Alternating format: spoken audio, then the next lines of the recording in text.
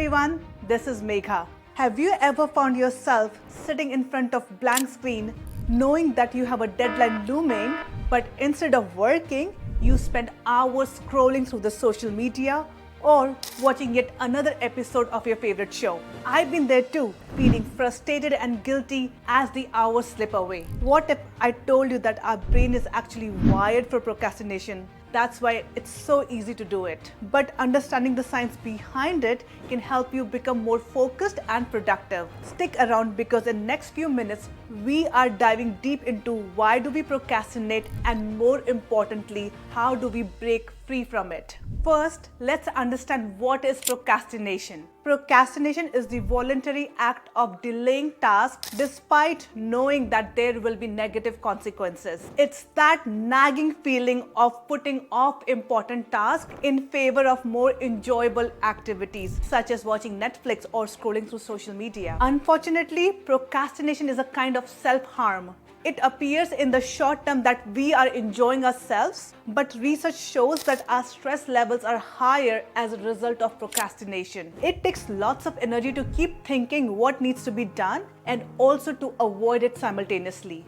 It's so ironic that we procrastinate to avoid negative feeling associated with the task, but end up feeling even worse. Procrastination is not about being lazy or avoiding tasks, but it's a complex behavior rooted deep into our brain wiring. Let's deep dive into the science behind this behavior. One of the biggest factors contributing to procrastination is the way our brain is wired. Our brains are naturally inclined to seek immediate pleasure and avoid pain, a concept known as temporal discounting. This means we choose short-term enjoyment over long-term gains. For example, if you have a choice between watching a Netflix show now and working on a report which is due next week, your brain finds immediate pleasure of watching the show more rewarding than the future benefit of completing the report. This is why procrastination feels so natural. Additionally, many people mistakenly believe that procrastination is just a matter of poor time management or laziness. However, it is more about emotion and mood regulation. When we face a task that evokes negative feelings like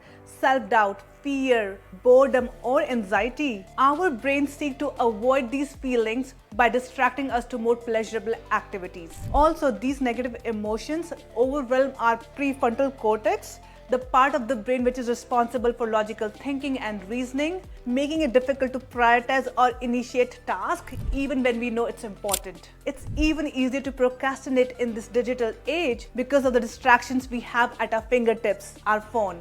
It is so easy to spend hours and hours on something that is not even related to our goals or dreams. Labeling yourself as a procrastinator can further solidify this behavior. Why? Because when you identify as a procrastinator, your brain does everything to align your belief of a procrastinator to your actions, making it even easier for you to procrastinate. Look, our mind and body does not like conflict.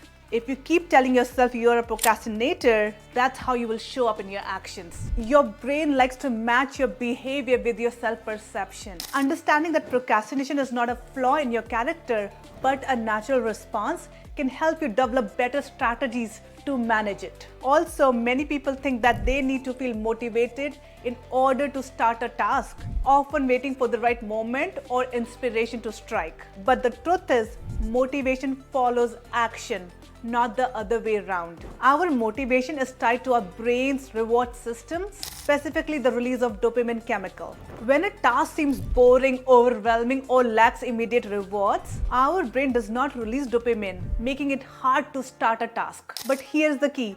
As soon as you start the task and see some progress, your brain starts releasing dopamine, which helps you to feel good and keep going. This sense of achievement, no matter how small it is, creates a positive feedback loop, motivates you to keep continuing the task. Understanding these factors give you insight into why do we procrastinate. Moreover, it tells you that you are not a procrastinator, it's just your behavior which can be changed. Now let's explore some practical strategies to overcome procrastination. First, address psychological barriers. Don't identify or don't label yourself as procrastinator. Procrastination is a behavior, not a permanent trait, and it can be changed. Instead of telling yourself, oh, I'm a procrastinator, I always delay, this is how I am, tell yourself, I can get things done.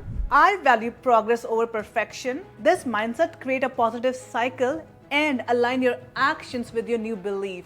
By shifting your self-perception, you empower yourself to take proactive steps towards productivity. Second, set clear goals and break down tasks. Large tasks can be overwhelming. Break them into smaller and manageable steps. Define specific and achievable goal and set deadline for each small task. For example, if you need to write a research paper, start by focusing on one section at a time. Set a goal to complete introduction today, literature review tomorrow, and so on. See, starting a task is most challenging. So another tip to overcome it is to tell yourself that I will do this task for just 5 minutes and get started. More likely, you will end up going over 5 minutes. If not, keep repeating it. Clear goals, breaking tasks into smaller chunks, and starting on them even when you make a small progress gives you a feeling of achievement. Third, create a reward system.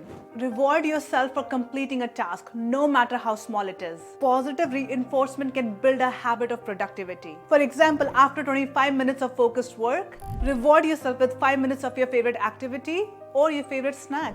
This not only gives you something to look forward to, but also create a positive association with productivity. 4.